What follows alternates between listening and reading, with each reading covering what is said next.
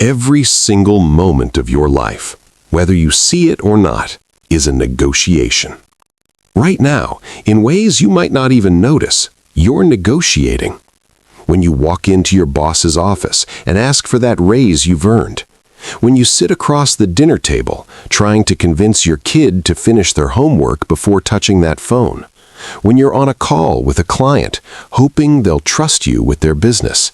And yes, even in those quiet, private moments when you're wrestling with yourself, trying to find the discipline to keep going when everything in you wants to quit. Negotiation isn't something that happens in glass-walled boardrooms or high-stakes business deals. It's far more personal than that. It's the invisible thread running through every decision you make, every opportunity you pursue, and every relationship that matters to you. Here's the truth, and it's one worth sitting with.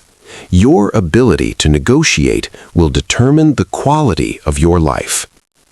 People who truly master this skill don't just walk away with better deals. They build deeper, more trusting relationships. They open doors that others don't even realize exist, and they actively shape a future that lines up with what they actually want, not just what they were handed. On the other hand, those who overlook this skill often end up settling, not because they lack talent, not because they aren't deserving, but because they didn't have the words, the confidence, or the strategy to reach out and claim what was already rightfully theirs. That's exactly why we're here. In this audiobook, we're going to explore the timeless art of negotiation together, not through manipulation, not through tricks or pressure tactics, but through something far more powerful: clarity, preparation, and genuine, authentic influence. You'll discover how to win, not just at the negotiating table, but in the everyday moments that quietly define your life. You'll learn how to stay calm when the pressure is on, how to listen beyond the words being spoken and read what's really going on beneath the surface, how to turn conflict into cooperation, and how to take hold of the conversations that in turn take hold of your future. By the time we reach the end of this journey together, you won't just be a better negotiator, you'll be building a better life, one conversation, one decision, one bold ask at a time. The future you want, it's out there, it's real, and it's waiting to be claimed. So, let's not waste another moment. Let's begin. Chapter 1. See every interaction as a negotiation.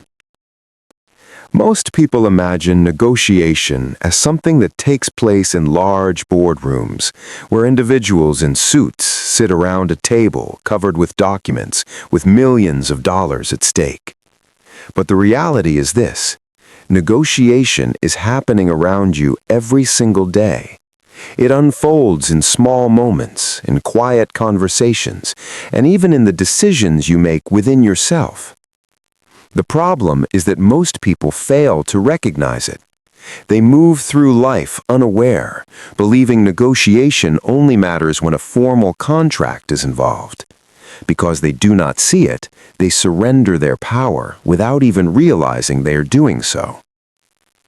Think about the last time you asked for something important: a raise at work, a better price for something you wanted to buy, or even when you tried to convince your partner where to go for dinner. That was a negotiation. Every yes you receive and every no you encounter is part of a larger game of influence. The person who understands this game plays it deliberately.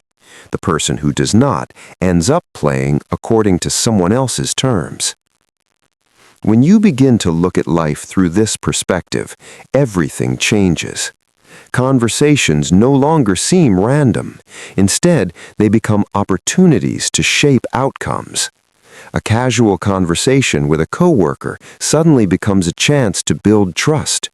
A disagreement with a friend becomes an opportunity to strengthen the relationship rather than weaken it. Even your internal dialogue, the choices you make about what to do and what to avoid, is a form of negotiation with yourself. When you hit the snooze button on your alarm, you have just lost a negotiation. When you rise and take action, you have won that battle. The first step towards becoming a master negotiator is awareness. You cannot win a game you don't know you are playing. So from this moment forward, begin paying attention. Notice the moments when someone is attempting to persuade you. Listen closely to the way people frame their words, the tone they adopt, and the way they present their ideas. Simply becoming aware of these subtle moves will open your eyes to how influence truly works. This shift in mindset is powerful because it places you in control. Instead of reacting blindly, you begin responding with strategy. You start noticing opportunities you once overlooked, and you stop giving away your time, energy, and resources so easily. It's like switching on a light in a dark room. You finally see what has been happening all along. From this point onward, every interaction you experience, large or small, will be viewed through the lens of negotiation. You will begin to recognize patterns, anticipate outcomes, and act with intention. This is where your journey begins. Before we move into tactics and strategies, you must fully embrace this idea. Life itself is one long negotiation.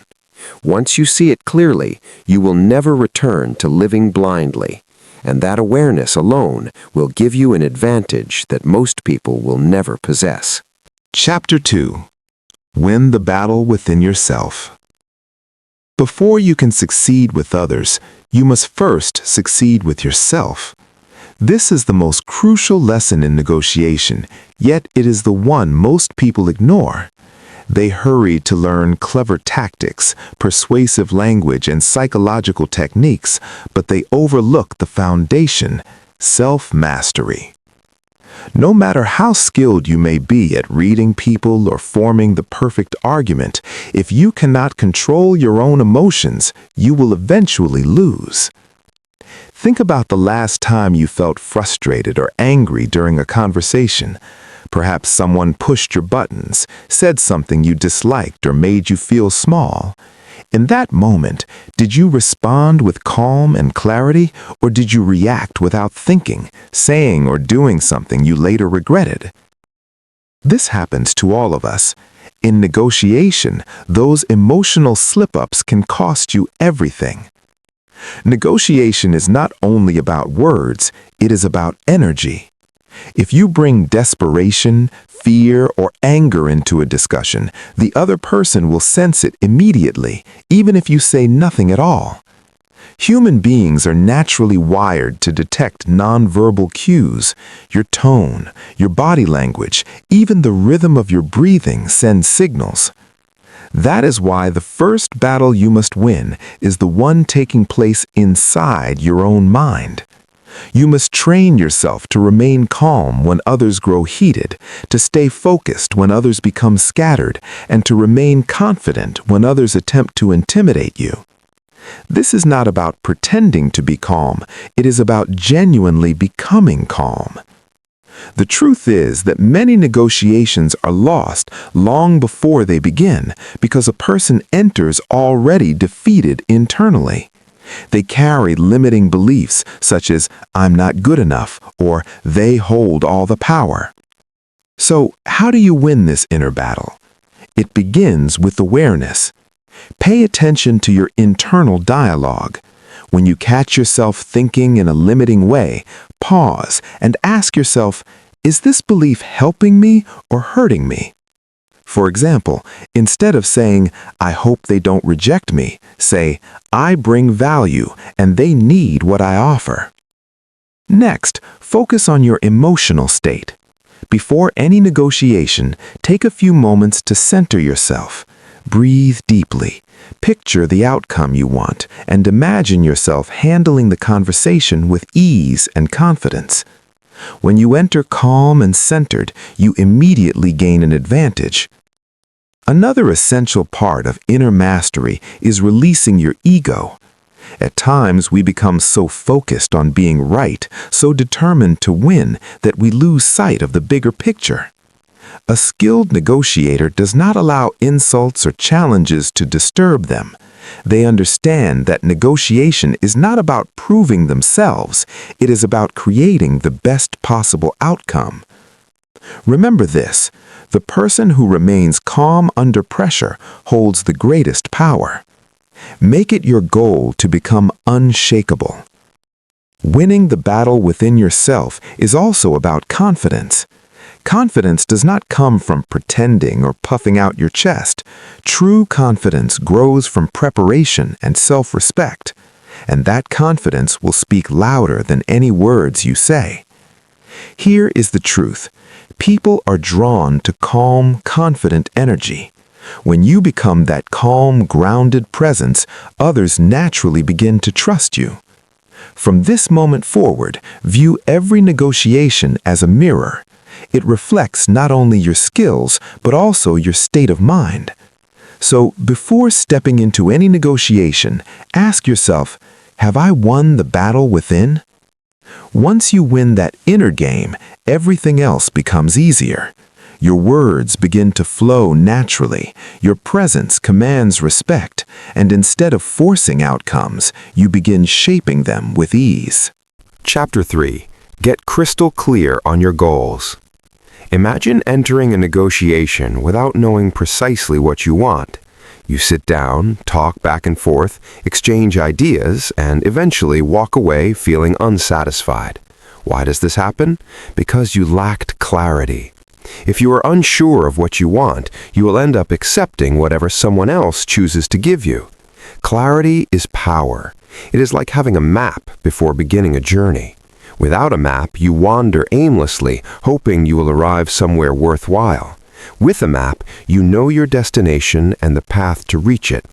In negotiation, your goals are that map.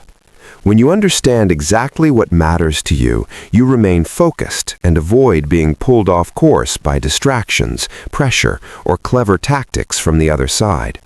Here's something many people fail to realize.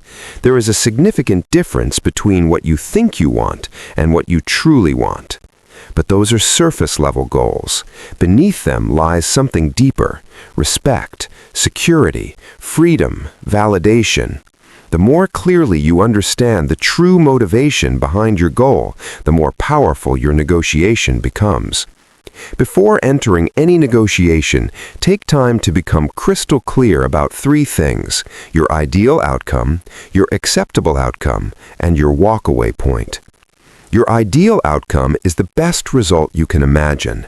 It represents your highest target, your ultimate win. Your acceptable outcome is the result you would genuinely feel satisfied with, even if it's not perfect. And your walkaway point is the boundary you refuse to cross, the moment when, if the terms are not right, you're willing to politely stand up and leave. Knowing these 3 points accomplishes 2 important things. First, it gives you confidence because you're prepared. Second, it protects you from making emotional decisions in the heat of the moment.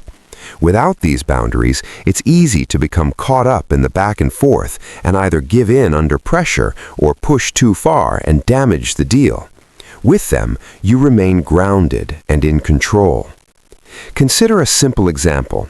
Suppose you're negotiating to purchase a car. Your ideal outcome might be buying it for $20,000 with a year of free maintenance included. Your acceptable outcome might be $21,000 without the extras, and your walkaway point might be $22,000. If you've established these limits beforehand, you won't be swept away when the salesperson attempts to push you beyond what is reasonable. You'll know when to press forward, when to compromise, and when to walk away. But this principle extends beyond money or material possessions. It also applies to relationships, careers, and even personal growth. By understanding these limits, you protect yourself and ensure that you are building a future you truly want, rather than merely reacting to what others want for you.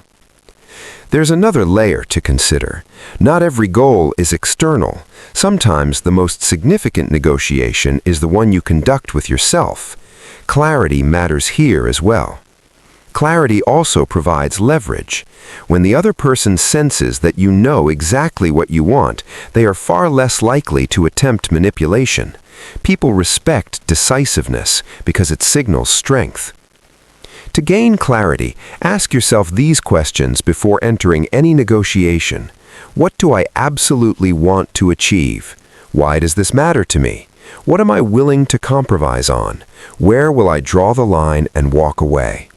Write them down. Don't simply think about them. Put them on paper. This small act of writing sharpens your thinking and strengthens your determination. Remember this truth. If you do not define your goals, someone else will define them for you. So before stepping into your next negotiation, whether it involves a boss, a client, a family member, or even yourself, become crystal clear about your goals. Know your ideal outcome, your acceptable outcome, and your walkaway point. This clarity will become your compass, guiding every word, every decision, and every action. When you reach that level of focus, you stop merely reacting and begin creating. And in negotiation, the person who sets the direction almost always wins. Chapter 4. Prepare relentlessly before every negotiation. Here's a truth most people do not want to hear. The real work of negotiation does not happen at the table. It happens long before you ever sit down to talk. The conversation itself is only the visible tip of the iceberg. If you fail to prepare, you're simply gambling and hoping luck will be on your side, and hope is not a strategy. Think about a great athlete. They do not simply appear on game day and hope things go well. They train relentlessly. They study their opponents. They practice every movement until it becomes second nature.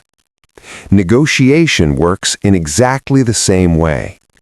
When you prepare thoroughly, you enter the room with quiet confidence. You're not guessing. You're not improvising. You are ready. Preparation begins with understanding two things: yourself and the other party. Start with yourself. Be completely clear about your goals. As discussed in the previous chapter, know your ideal outcome, your acceptable outcome, and your walkaway point. Understand what you're willing to compromise on and what remains non-negotiable. Then, shift your attention outward. This is where many people fall short. They prepare their arguments, but fail to understand the person sitting across from them. Your success depends on your ability to see the situation through their perspective. What do they want? What concerns or fears might they have? What pressures are they dealing with that may not be immediately visible? The more you understand their motivations, the easier it becomes to craft solutions that feel like a win for both sides. One of the most powerful questions you can ask yourself during preparation is this: what problem am I helping them solve? Because at its core, negotiation is not simply about getting what you want, it is about aligning interests. Gather as much information as possible before the conversation even begins. This may involve researching online, speaking with mutual connections, or simply observing carefully. If you're negotiating for a raise, learn about your company's current financial situation, your manager's priorities, and the timing of upcoming projects. If you're pursuing a business agreement, study the other company's recent challenges and successes. The more informed you are, the more leverage you possess. Preparation is not only about collecting facts and figures, it's also about planning your approach. Anticipate possible objections and think about how you'll respond. Practice your key points out loud so that your delivery feels natural and confident. What will you do if they push back strongly? What will you say if they present an unexpected demand? When you've already considered these possibilities, you won't lose your balance in the moment. There's another aspect of preparation that people often overlook: emotional readiness. Negotiations can be stressful, and stress can cloud your judgment. Before the conversation begins, take time to calm and center yourself. Breathe slowly and deeply. Visualize a successful outcome. When you enter the room with a composed state of mind, you project strength and stability. Consider a simple example. Imagine two job candidates. One arrives with only a vague understanding of the role. The other has carefully studied the company, the team, and the challenges they're facing. Who do you think receives the job? The same principle applies to every negotiation. The person who has done the deeper preparation almost always gains the advantage. Preparation also builds something invaluable: confidence. When you've done your homework, you don't need to pretend to be confident. You feel it naturally. You understand what you're discussing. You know your position. So here's your challenge. Before every negotiation, spend at least twice as much time as you think you need. Write down your goals, study the other party, plan your approach. Over time, this habit will become your secret weapon. Most people will not do this work. They will arrive unprepared, scrambling to respond in the moment.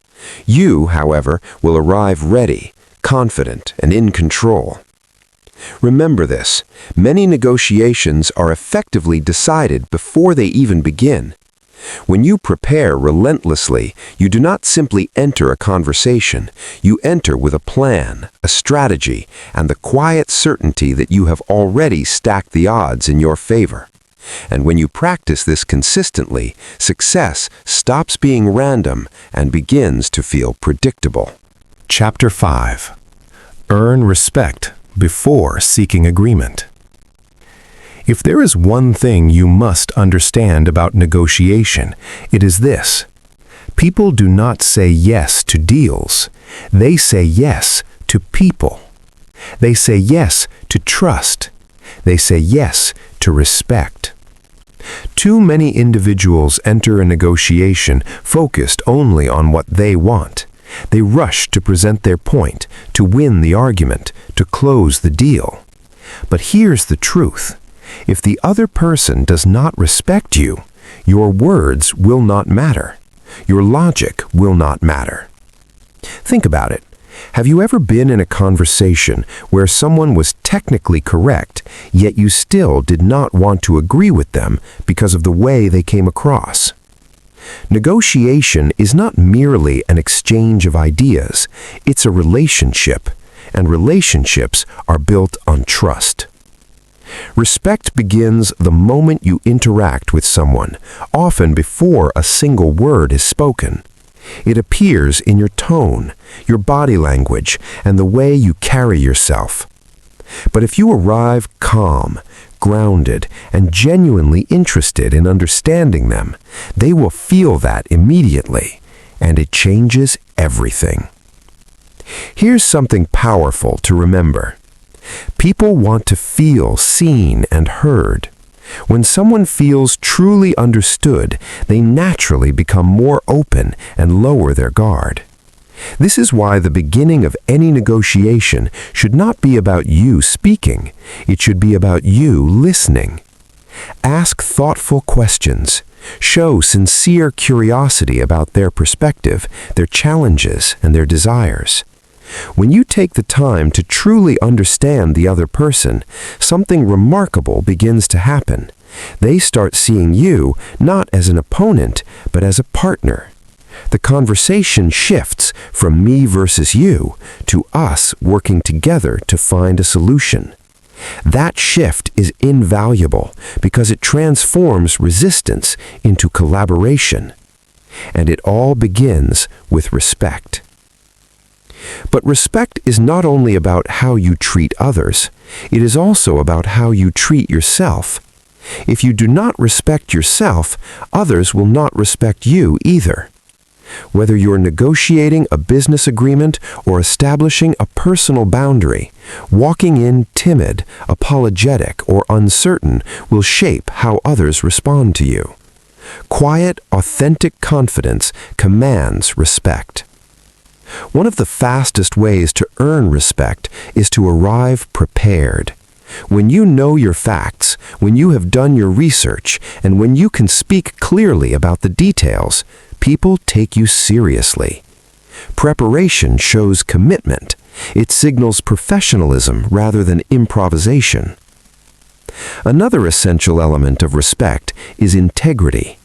Be the kind of person who keeps their word, even in the smallest matters. If you say you will call at 3 o'clock, call at 3 o'clock. If you make a promise, honor it. When people know you're dependable, they are naturally more inclined to agree with you because they trust you to follow through. You must also avoid one of the greatest destroyers of respect, manipulation. Manipulation may win a deal in the short term, but it damages your credibility in the long term. The goal is not merely to win today, it's to build lasting influence. And lasting influence grows from fairness, honesty, and transparency. There will be times when you do not achieve exactly what you want. Yet even in those moments, the way you conduct yourself matters. Earning someone's respect is often far more valuable than winning a single deal. Here's a simple shift in perspective that can transform your negotiations. Before you seek agreement, seek understanding. And before you seek understanding, offer respect. When you focus on making the other person feel valued, heard, and comfortable, agreement often follows naturally. As you continue forward, remember this. People may forget your exact words, but they will never forget how you made them feel during a negotiation. Respect opens doors that no clever argument ever could. When you earn respect first, negotiations become smoother, faster, and far more successful. And as your reputation for respect grows, you'll discover that many doors open automatically because people trust you even before you speak. That's the true power of earning respect before seeking agreement. Chapter 12. Walking away when the deal is wrong. One of the most difficult truths to accept in negotiation is this. Sometimes the best deal you can make is no deal at all. It is easy to believe that walking away means failure. After all, you have invested time, energy, and emotion into the conversation. But the reality is different. Winning does not always mean hearing yes. At times, true power lies in saying no and having the courage to walk away. Why is this so difficult? Because we are naturally wired to avoid loss. When you have spent hours or even weeks negotiating, it feels natural to want something in return, even if it is not what you truly need. This is known as the sunk cost trap. You keep moving forward because you do not want to feel that all your effort has been wasted. Yet, if the terms are not right, agreeing to them will not solve the problem. A bad deal is worse than no deal. Take a moment to consider that idea. A bad deal does not simply leave you empty-handed.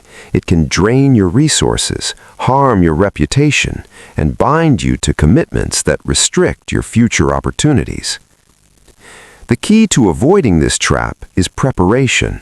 Before you ever sit down at the negotiation table, you must know your walk-away point. This is the line you refuse to cross under any circumstances. When you are clear about this point, decisions become far easier. You are less likely to be swept away by emotions or pressure because you already understand where you stand. However, walking away requires tremendous courage. It demands self-respect and belief in your own value. If you secretly feel that this opportunity is your only chance, you may be tempted to accept whatever is offered. That is why mindset matters so deeply. You must approach every negotiation with the belief that other options always exist, even if you cannot see them yet. Imagine you're negotiating a job offer. You need the income, and you genuinely like the company. Yet, as the process continues, you begin to notice warning signs, unreasonable expectations, vague promises, or lack of respect. Deep down, you sense that the position is not the right fit. Walking away feels frightening. Now, imagine the alternative. You accept the position and spend months or even years feeling frustrated, underpaid, and undervalued. Which option is truly safer? The temporary fear of walking away or the long-term pain of remaining trapped? Walking away also sends a powerful signal. It shows the other party that you cannot be pressured, that you operate from strength rather than desperation. Ironically, many negotiations are saved at the very moment someone is willing to walk away. When you calmly say, "These terms do not work for me," the dynamic can shift instantly. Of course, walking away does not require drama. It does not mean slamming doors or burning bridges. It can be done with calm professionalism. By leaving with dignity, you preserve the relationship and keep the possibility of future opportunities alive. The most effective negotiators evaluate a deal not only by its immediate rewards, but also by its long-term consequences. Will this agreement help you grow, or will it hold you back? These are questions worth asking before you say yes.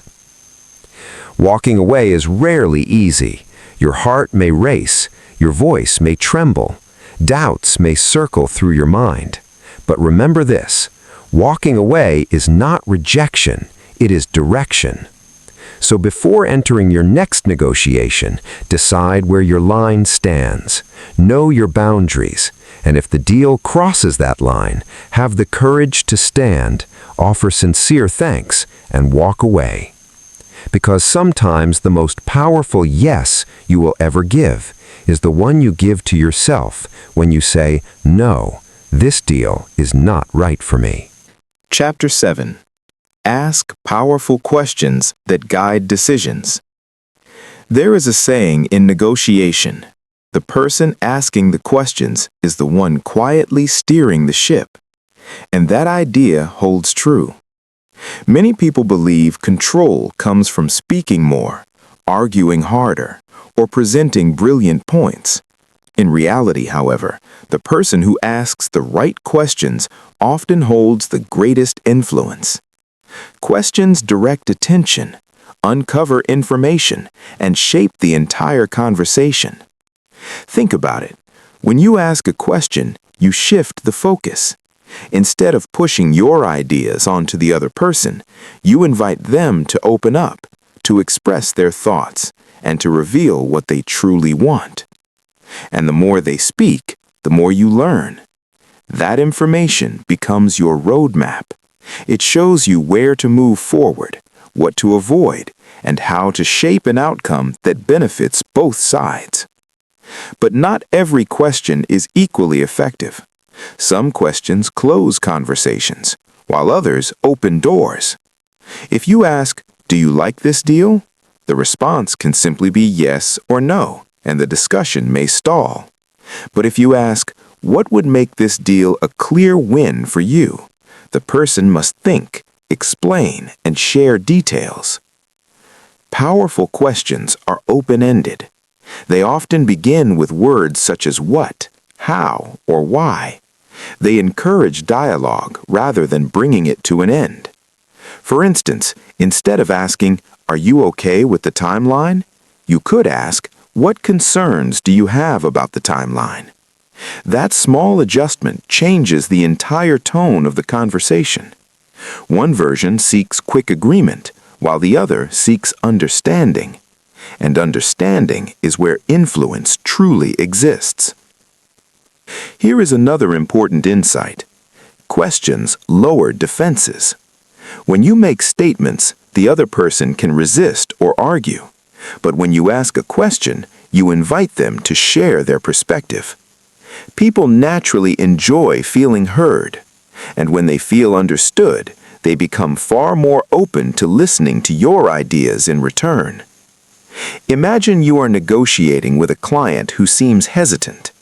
Instead of delivering a long explanation about why your offer is ideal, you might ask, "What is holding you back from moving forward?" That one question shifts the focus to their concerns. It demonstrates that you care about their viewpoint. Another powerful form of questioning helps reframe the conversation. For example, if someone says the price is too high, you might respond by asking, "What would make this price feel completely worthwhile to you?" Now the discussion moves away from arguing about numbers and toward exploring value. Questions can also guide people toward seeing situations differently without you ever telling them they are wrong. If someone insists on an unrealistic deadline, you might ask, "How would we maintain quality if the timeline were cut in half?" People are far more likely to change their thinking when they reach the conclusion themselves. Here is a simple exercise you can practice. Before entering any negotiation, write down 5 to 10 questions that could help guide the conversation. Some should gather information such as, "What matters most to you in this deal?" Others should uncover obstacles such as, "What challenges might stand in the way?" And some should expand possibilities like, "What would a perfect outcome look like for you?" When you prepare questions in advance, you won't feel stuck if the discussion becomes tense. However, asking questions alone is not enough. The way you ask them matters just as much. They must come from genuine curiosity. Ask because you truly want to understand. When your questions arise from respect, people become far more willing to open up. The real power appears when you combine deep listening with thoughtful questioning. You ask a question, you listen carefully, then you ask another. Gradually, the other person reveals their needs, their concerns, and their goals. Once you understand those elements, you can shape a solution that feels like a win for everyone involved. Questions transform negotiations from battles into conversations. So speak less and ask more. Guide the discussion with curiosity and respect. Because in negotiation, the person who asks the right questions is often the one quietly shaping the deal, without ever needing to raise their voice. Chapter 8. Shape the conversation by setting the frame. Every negotiation takes place within a frame. Think of a frame as the invisible lens through which both people view the situation. The frame determines what feels normal, what feels urgent, and what feels important. And here is the crucial point. The person who sets the frame holds a powerful advantage. They do not need to push or force anything. Instead, they shape how the conversation unfolds, and the other person naturally follows that direction. Most people are unaware that this is happening. They walk into a negotiation reacting to someone else's frame. Perhaps the other person begins by saying, "We don't have much time, so let's make this quick." Instantly, you begin to feel rushed. Or they start with, "The budget is very tight." Suddenly, you find yourself on the defensive, trying to justify every dollar. Without realizing it, you have been pulled into their perspective. And once you're inside their frame, you're playing their game. The solution is to take control early. Before you walk into the room, decide how you want the conversation to feel. Do you want the discussion to be collaborative? Do you want to create a sense of opportunity and value? Or do you need to establish firm boundaries and seriousness? When you enter with a clear intention, you begin shaping the frame from the very first words you speak. Framing begins with the way you open the negotiation. For instance, instead of beginning with numbers or demands, you might begin with a vision. I'm glad we're meeting today because I believe there's a solution here that can benefit both of us. Those words immediately create a cooperative frame. Now compare that with opening the conversation by saying, "We need to resolve this issue today." That approach introduces tension and pressure. The discussion may be the same, but the energy is completely different, simply because of the frame you established. Another way to shape the frame is by deciding what the conversation will focus on. People naturally concentrate on what is presented first. If you begin by discussing the value you bring, the conversation will revolve around value. If you begin by apologizing for the price, the negotiation will revolve around cost. Whether you realize it or not, you are always framing the conversation. The question is whether you are doing it intentionally. Consider an example. Imagine you're selling a service. If you begin by saying, "I know our fees are a little higher than others," you have already framed the entire conversation around cost, and likely in a negative way. But if you begin with, "Our clients choose to work with us because we consistently deliver results that exceed expectations," you frame the conversation around quality and outcomes. In that frame, price becomes a secondary consideration because the focus shifts to results. Framing is not about manipulation, it is about clarity. You are simply guiding how the other person experiences the discussion. The truth is that people often want guidance. They appreciate someone who takes the lead and provides a clear direction. When you offer that structure, they feel more comfortable and confident in their decisions. You can also reframe situations when a conversation begins to drift off course. Suppose someone says, "We don't have the budget for this." If you accept that statement without question, the negotiation may stall. But if you respond by saying, "I understand that budgets are often tight. Let's explore how this solution might actually save you money in the long run," you have shifted the frame from cost to investment. The issue still exists, but now the conversation is viewed through a different lens, one that creates space to move forward. Pay close attention to language. Words are powerful tools for framing. The way something is described changes how people feel about it. For example, describing a deadline as impossible creates resistance. Describing it as a challenge we can solve together encourages teamwork. The facts remain the same, but the frame and the emotional tone of the conversation changes. Confidence also plays a major role in framing.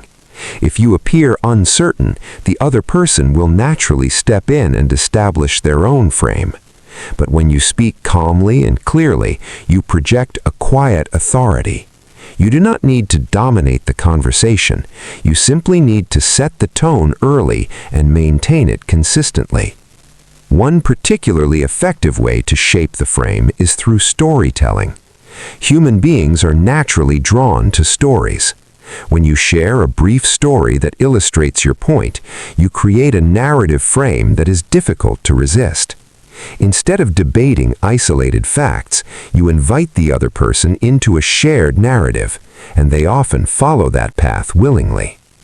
Remember, every conversation exists within a frame. If you don't set it, someone else will. Before entering any negotiation, ask yourself, what frame do I want to create? What should this conversation feel like? Then shape your opening words, your questions, and even your body language to support that vision. When you learn to shape the frame, you stop reacting to other people's narratives. You stop being pulled into their perspective. Instead, you establish your own. And when you do that, the entire negotiation becomes smoother, more focused, and far more likely to lead to an outcome that serves you well. This is one of the quiet strengths of a skilled negotiator. They do not simply discuss the deal, they shape the world in which the deal takes place. Chapter 9. Use silence and timing as weapons. Silence can feel uncomfortable. Most people hurry to fill it the moment it appears. In everyday conversations, we often assume that silence means something has gone wrong, that someone is upset, that we have lost their attention, or that we need to keep talking to keep things moving. But in negotiation, silence is not a problem. Silence is power. When used correctly, it can shift the balance of control without you saying a single word. Here is why silence works. People are naturally uneasy with it. When a pause lingers for even a few seconds, most people instinctively rush to fill the gap. In that rush to speak, they often reveal information they had never planned to share. They might backtrack, soften their position, or even begin negotiating against themselves. All you did was wait. That is why silence is one of the simplest yet most powerful tools you can bring to the table. Imagine this situation. You present an offer, and instead of immediately defending it or explaining why it is fair, you remain quiet. The other person begins to wonder what you are thinking. They feel the weight of the pause, and before long, they start talking. Perhaps they begin justifying their position. Perhaps they add new details. They might even say, "Well, maybe we can meet you halfway." That brief moment of silence created leverage without a single additional word from you. However, silence alone is not enough. Timing matters just as much. A well-placed pause can create pressure, while speaking too quickly can erase your advantage. Think of negotiation like music. It is not only the notes that make it beautiful, it's also the spaces between them. Those spaces give rhythm and meaning to the entire piece. Timing is the art of knowing when to speak, when to listen, and when to wait. Sometimes you need to allow an idea to settle before moving forward. For instance, if you have just presented an important point or a bold proposal, resist the urge to keep talking. Allow the other person a moment to sit with it. The silence allows your words to land with greater weight. If you rush to fill that space, you may weaken your position or unintentionally undermine your own message. Patience is another expression of timing. Too many people damage their own negotiations because they are in a hurry. They want to close the deal quickly, reach a resolution, and make the discomfort disappear. But urgency is visible, and it makes you vulnerable. When the other person senses that you are desperate for a quick outcome, they may deliberately slow things down. They understand that the longer the process drags on, the more likely you are to give in. The remedy is calm patience. Be willing to take your time. If someone presents you with an offer, do not answer immediately. Pause. Think. Let the silence linger just a little longer than feels comfortable. This communicates strength. It signals that you are not easily influenced, that you are considering the situation carefully, and that you have other options. Even if you feel eager on the inside, your steady timing on the outside communicates confidence. Here is a powerful technique. When the other person makes a demand or introduces a problem, resist the impulse to solve it instantly. Instead, take a breath. If necessary, count to 3 in your mind. Then respond with thought and care. This brief delay demonstrates that you are deliberate rather than reactive, and in negotiation, the person who reacts the least often holds the greatest power. Timing also matters in how the negotiation itself unfolds, the order in which topics are addressed, the moment when certain information is introduced, and even the time of day chosen for the meeting. All of these elements can influence the outcome. For example, discussing money at the very end, after trust has been established and value has been clearly demonstrated, is often far more effective than beginning the conversation with price. The key is to remember that silence and timing are subtle forces. They do not call attention to themselves. When used well, they simply create space. Space for the other person to reveal their thoughts, space for tension to build, space for the right decision to emerge. Practice this skill in small ways. The next time you're in a conversation, notice the urge to fill every pause. Instead, simply listen. Allow the silence to remain for a moment and observe how the other person responds. Over time, you will grow comfortable with that stillness, and it will naturally become part of your negotiation style. Silence and timing are like invisible threads. You cannot see them, yet they hold the entire conversation together. When you master them, you will discover that you do not need to argue loudly or speak endlessly to be effective. Your calm pauses, your patient waiting, and your carefully timed responses will speak louder than words. And in a world filled with noise, that quiet strength will set you apart as a true negotiation master. Chapter 10. Turning difficult situations into mutual wins. No matter how skilled you become, moments of tension will always arise in negotiation. Perhaps the other person is angry. Perhaps they are stubborn. Perhaps you can feel the pressure building within your own chest. These situations are challenging, yet they are also filled with possibility. The way you respond to difficult moments can either harm a relationship or strengthen it into something far more durable. Most people treat conflict as if it were a battle. In their minds, there must be a winner and a loser, a right side and a wrong side.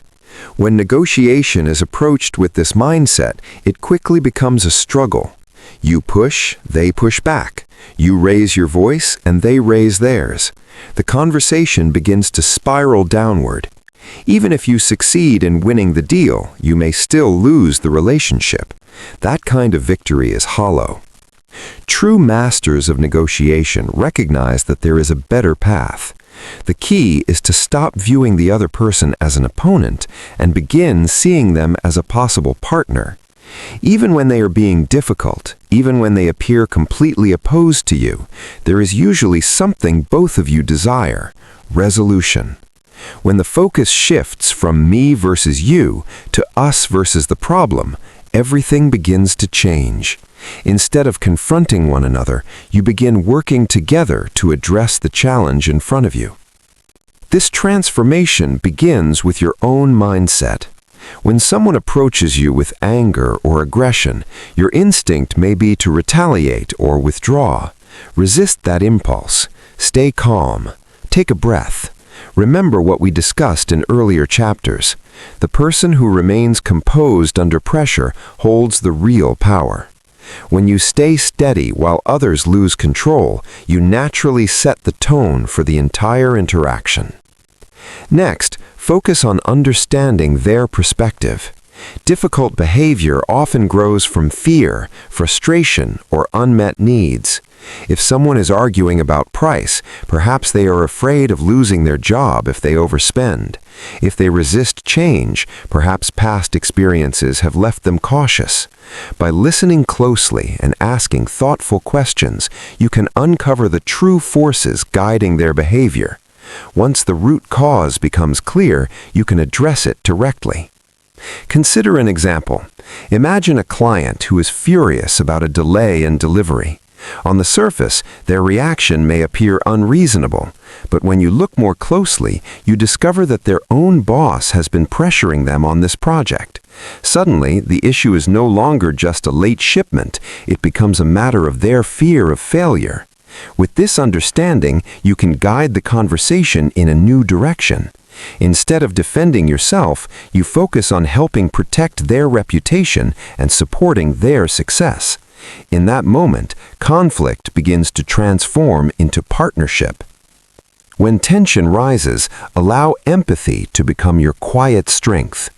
Empathy does not mean agreeing with everything the other person says. It simply means acknowledging their feelings. A simple statement such as, "I can understand how frustrating this must be for you," can immediately soften defenses. People begin to calm down when they feel heard.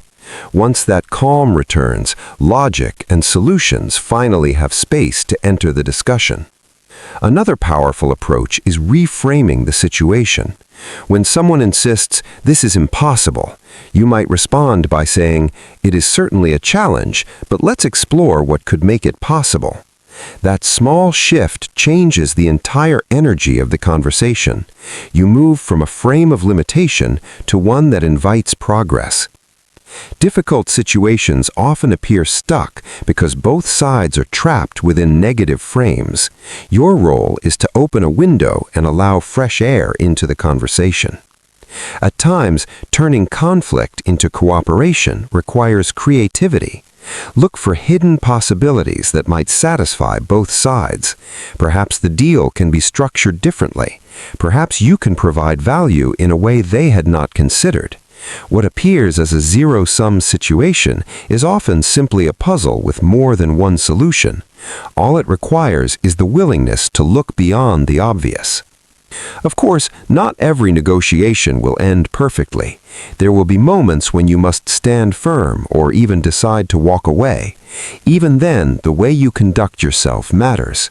If you remain respectful and professional, you leave the door open for future opportunities.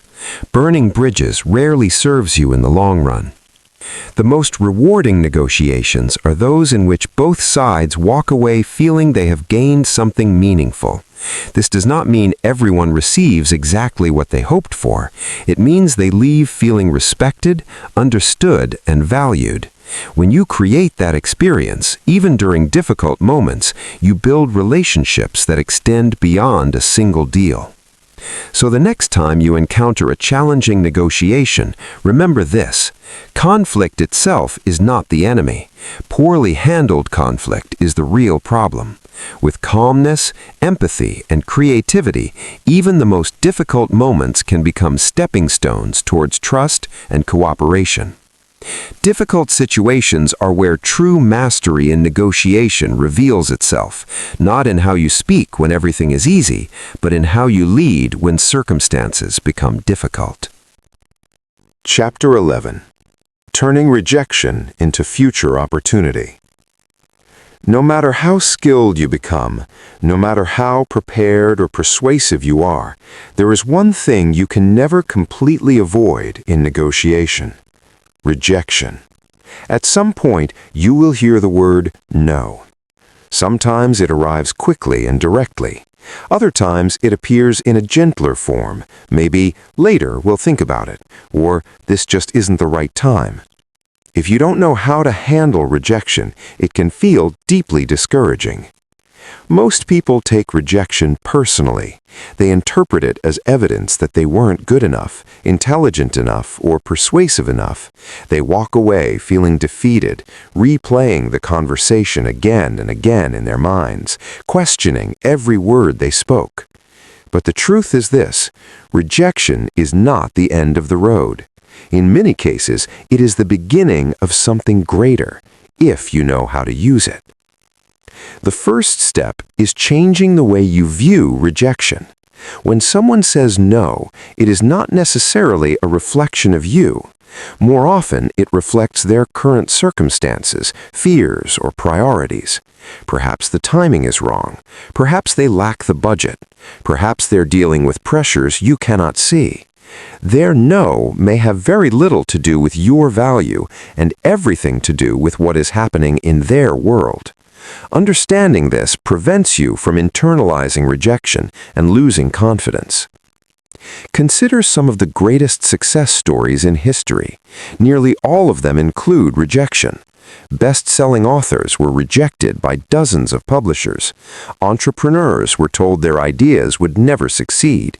Visionaries were laughed at long before they were celebrated. The difference between those who eventually succeed and those who give up is simple. Successful people do not treat rejection as final. They treat it as feedback, as information, and as fuel that pushes them forward. In negotiation, a no can be extremely valuable because it brings clarity. It reveals what does not work, what matters most to the other person, and where their boundaries lie. Instead of storming out or shutting down, become curious. Ask thoughtful questions. What would need to change for this to feel like a yes for you? Or, can you help me understand what's holding you back? Questions like these transform rejection into an ongoing conversation. Sometimes a no actually means not yet. Timing plays a powerful role in negotiation. Just because someone is not ready today does not mean they will be ready 6 months from now. The key is to end the interaction on a positive note. Do not burn bridges. Do not allow frustration to seep into your tone or your words. When you respond to rejection with grace, you keep the door open for future opportunities. When you handle it poorly, you may close that door forever. One powerful response to rejection is offering value even when you do not receive what you hoped for. Imagine a potential client declines to work with you. Rather than walking away coldly, you might share a helpful resource or a piece of advice that could genuinely benefit them. This simple act builds goodwill and shows that you care about their success, not only your own. When circumstances change later, who do you think they'll remember first? You. Rejection also provides an opportunity to reflect and improve. After the conversation ends, step back and ask yourself, what can I learn from this? Perhaps you realize that you did not communicate your value clearly enough. Perhaps you discovered that more trust needed to be established before making the request. Every no carries a lesson for those willing to look for it. Over time, those lessons make you sharper, wiser, and more resilient. There is another point many people overlook. The way you respond to rejection becomes part of your reputation. If you react with anger or defensiveness, people remember it. But if you remain calm, professional, and respectful, they remember that too, and often admire you for it. Sometimes a no today transforms into a yes tomorrow, simply because of the grace with which you handled the moment. Imagine negotiating a partnership that ultimately falls through. Instead of withdrawing in disappointment, you thank them sincerely for their time.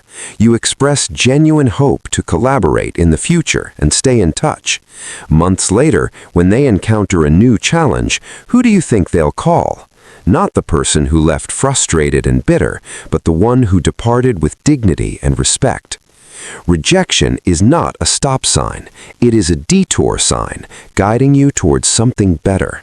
Perhaps a different agreement, a different approach, or a different timeline. The greatest negotiators are not those who avoid rejection entirely. They are the ones who know how to transform it into an advantage. So, the next time you hear the word no, take a breath. Do not allow it to shake your confidence. Instead, see it as information. See it as practice. See it as proof that you are actively engaged in the process, taking bold steps towards your future. And most importantly, leave the other person with a positive impression, because today's no, handled with grace, can very easily become tomorrow's yes. Chapter 12. Walking away when the deal is wrong. One of the most difficult truths to accept in negotiation is this. Sometimes the best deal you can make is no deal at all. It is easy to believe that walking away means failure. After all, you have invested time, energy, and emotion into the conversation. You have prepared, planned, and strategized, hoping to win. But the reality is different. Winning does not always mean hearing yes. At times, true power lies in saying no and having the courage to walk away. Why is this so difficult? Because we are naturally wired to avoid loss. When you have spent hours or even weeks negotiating, it feels natural to want something in return, even if it is not what you truly need. This is known as the sunk cost trap. You keep moving forward because you do not want to feel that all your effort has been wasted. Yet, if the terms are not right, agreeing to them will not solve the problem. It will only create greater difficulties later on. A bad deal is worse than no deal. Take a moment to consider that idea. A bad deal does not simply leave you empty-handed. It can drain your resources, harm your reputation, and bind you to commitments that restrict your future opportunities. It's like signing a contract with invisible chains attached. You may feel as though you have achieved something, but in reality, you have surrendered your freedom. The key to avoiding this trap is preparation. Before you ever sit down at the negotiation table, you must know your walk-away point. This is the line you refuse to cross under any circumstances. It is the boundary that protects you from desperation and manipulation. When you are clear about this point, decisions become far easier. You are less likely to be swept away by emotions or pressure because you already understand where you stand. However, walking away requires tremendous courage. It demands self-respect and belief in your own value. If you secretly feel that this opportunity is your only chance, you may be tempted to accept whatever is offered. That is why mindset matters so deeply. You must approach every negotiation with the belief that other options always exist, even if you cannot see them yet. When you truly recognize your worth, you will not cling to a deal that fails to serve you. Imagine you're negotiating a job offer. You need the income, and you genuinely like the company. Yet as the process continues, you begin to notice warning signs, unreasonable expectations, vague promises, or a lack of respect. Deep down, you sense that the position is not the right fit. Walking away feels frightening. What if another opportunity never appears? What if this was your only chance? Now imagine the alternative. You accept the position and spend months or even years feeling frustrated, underpaid, and undervalued. Which option is truly safer? The temporary fear of walking away or the long-term pain of remaining trapped? Walking away also sends a powerful signal. It shows the other party that you cannot be pressured, that you operate from strength rather than desperation. Ironically, many negotiations are saved at the very moment someone is willing to walk away. When you calmly say, "These terms do not work for me," the dynamic can shift instantly. Suddenly, the other side realizes they might lose you, and that realization can motivate them to present a better offer. Of course, walking away does not require drama. It does not mean slamming doors or burning bridges. It can be done with calm professionalism. A simple statement such as, "I appreciate the conversation, but this does not align with my goals right now," is enough. By leaving with dignity, you preserve the relationship and keep the possibility of future opportunities alive. The most effective negotiators evaluate a deal not only by its immediate rewards, but also by its long-term consequences. Will this agreement help you grow, or will it hold you back? Will it strengthen your reputation or weaken it? These are questions worth asking before you say yes. Sometimes walking away is not only about the deal itself, it's about protecting your identity. When you accept something that conflicts with your values or self-respect, you sacrifice more than money or terms. You compromise who you are, and no negotiation is worth that price. Walking away is rarely easy. Your heart might race, your voice might tremble, doubts might circle through your mind. But remember this, walking away is not rejection, it is direction. It is the decision to remain aligned with your vision and your worth. Each time you do it, you strengthen your confidence, your independence, and your freedom. So before entering your next negotiation, decide where your line stands. Know your boundaries, and if the deal crosses that line, have the courage to stand, offer sincere thanks, and walk away. Because sometimes the most powerful yes you will ever give is the one you give to yourself when you say, "No, this deal is not right for me." Chapter 13. Building a reputation that attracts success. Long before you ever sit down at a negotiation table, decisions about you have already begun to form. People observe, they talk, and they remember.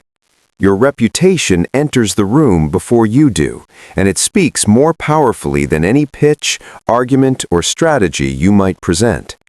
In many situations, your reputation shapes the outcome of a negotiation, even before the first word is spoken. Think about someone you deeply admire and trust. If that person made you an offer, you would likely lean toward saying yes with very little hesitation. Why? Because their track record has already demonstrated who they are. Now imagine the opposite, someone known for being dishonest or unreliable. Even if their offer appears attractive on paper, you would probably approach it with caution, perhaps even suspicion. That is the influence of reputation. It establishes the framework for how others respond to you. When you consistently show up with integrity, preparation, and respect, you begin to build a brand around your name. Over time, people associate you with reliability and excellence. They know you honor your promises. Because of that, negotiations often become smoother. Instead of fighting for every small advantage, you may find doors opening naturally. People prefer working with individuals they trust. They want to align with those who make them feel secure and respected. Building a strong reputation begins with something simple, doing what you say you will do. It sounds straightforward, yet many people fail at this basic principle. If you promise to call at 10 in the morning, call at 10. If you say you will deliver something by Friday, deliver it by Friday, or even sooner. Each small promise you keep becomes another brick in the foundation of your reputation. Your reputation is not formed through dramatic moments alone. It grows through the quiet consistency of everyday actions. These details may seem minor, but they leave lasting impressions. People remember how you make them feel, and those feelings spread throughout your network. Respect plays an essential role in this process. When you treat others with genuine respect, regardless of their status or position, you elevate your own standing. People notice when you listen attentively without interrupting, when you acknowledge their ideas, and when you express appreciation. Respect has a magnetic quality. It draws people toward you and makes them more willing to cooperate when it truly matters. Another important element of a powerful reputation is the ability to remain calm under pressure during difficult negotiations. Emotions can run high in tense moments. If you maintain composure and professionalism while others lose control, you immediately stand out as a leader. Even when outcomes do not go in your favor, the grace with which you handle disappointment builds lasting trust. Of course, reputation can also work against you. If you behave carelessly, manipulate situations, or act inconsistently, word spreads quickly. Repairing a damaged reputation is possible, but it is far more difficult than building a strong one from the beginning. Protect your name as if it were your most valuable asset, because it truly is. A helpful way to think about this is to imagine every interaction as a deposit or withdrawal in the bank account of your reputation. When you keep promises, show kindness, and demonstrate excellence, you're making deposits. When you lie, cut corners, or behave selfishly, you're making withdrawals. The goal is to keep that account full so that when challenges arise, you have a strong reserve of trust to rely on. Over time, a powerful reputation becomes a silent negotiator working on your behalf. People recommend you before you even meet them, and when you finally sit down at the negotiation table, the other person may already lean toward agreement because they believe in you. Remember, deals may come and go, but your reputation remains. Focus on the long game. Build a name that represents honesty, reliability, and value. When people hear your name, you want their first thought to be, "That is someone I can trust. That is someone I want to work with." Chapter 14. Adapting your style to any situation. No two negotiations are ever exactly the same. The people involved are different, the circumstances change, and the stakes vary each time. Because of this, there is no single approach that works in every situation.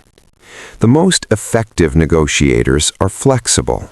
They read the room, sense the energy, and adjust their approach in real time. They do not abandon their principles, but they adapt the way they express them. Consider it this way. If you were speaking to a child, a teacher, and a CEO, you would not use the exact same words or tone with each of them. This is not about being inauthentic. It is about recognizing that each person interprets the world differently. Negotiation works in much the same way. The more skillfully you meet people where they are, the greater influence you will have. The first step is awareness. Pay close attention to the other person's style.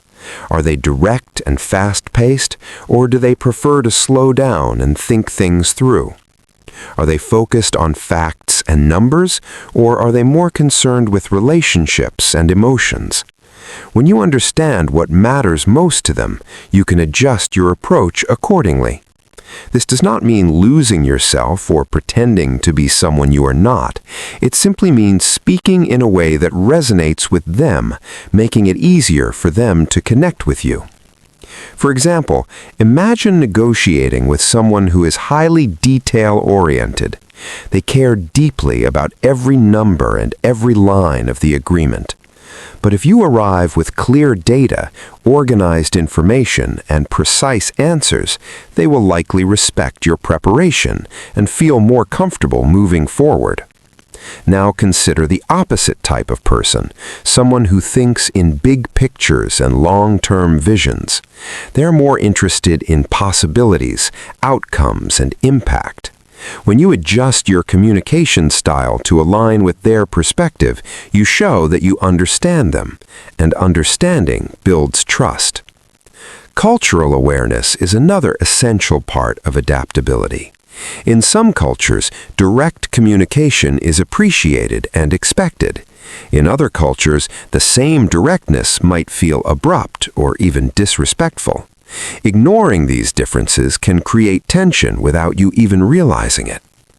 Adapting also involves responding to the environment.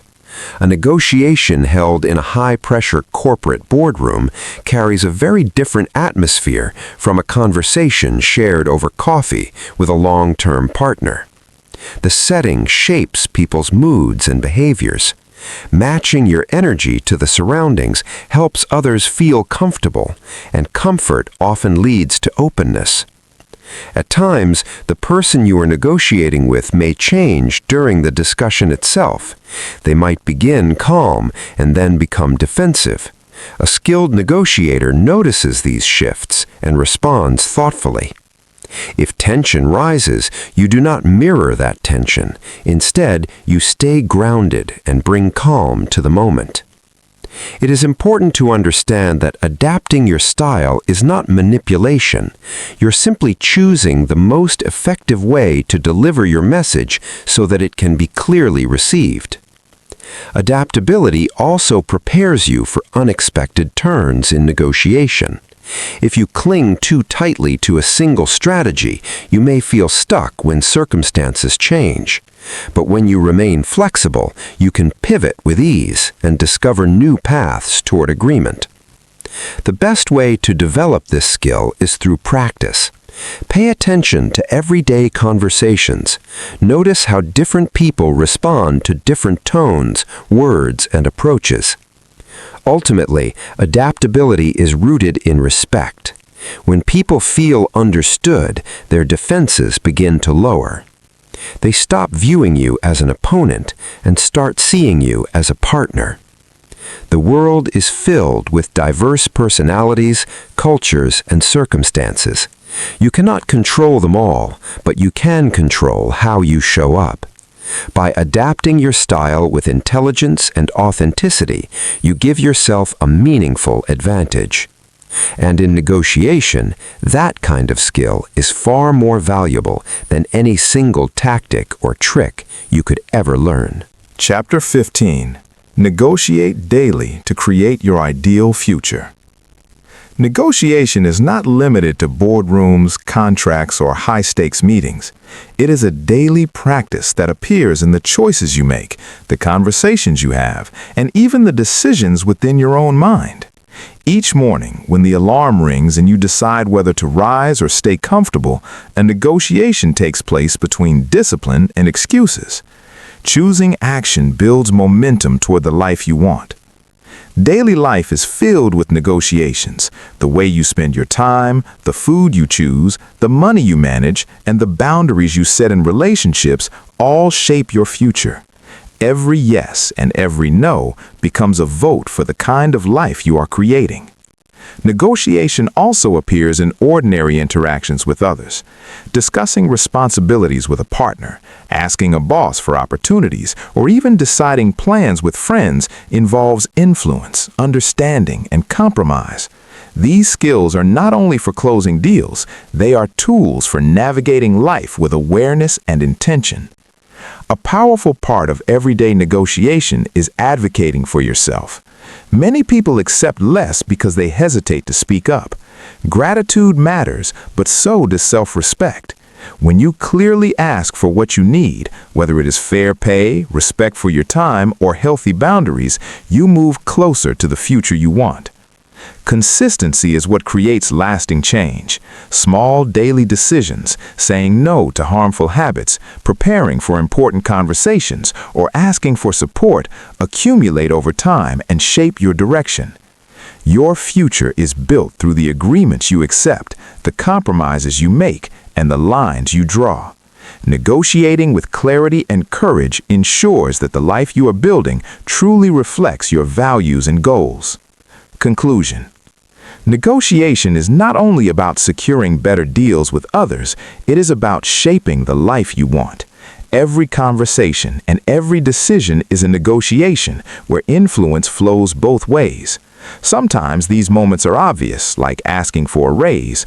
Other times they are quiet choices about time, boundaries, and goals. The real question is not whether you are negotiating, but whether you are negotiating well. Showing up prepared, listening deeply, standing firm when necessary, and walking away when something is not right. At its core, negotiation is built on two elements: value and vision. Value is what you bring, your skills, knowledge, and character. Vision is where you are going, the life, dreams, and legacy you want to create. When you know both clearly, you negotiate from strength. The most important negotiation you will ever face is with yourself, between comfort and potential, fear and ambition, excuses and growth. Each day you decide how you show up, and those choices shape your destiny. You have the power to influence outcomes through preparation, empathy, and authenticity. With these tools, you can guide conversations, build meaningful relationships, and create opportunities. As you move forward, approach every interaction with clarity and courage. Your future is the greatest agreement you will ever make. Negotiate boldly, live intentionally, and remember that your life itself is the ultimate negotiation, and you hold the power to make it extraordinary.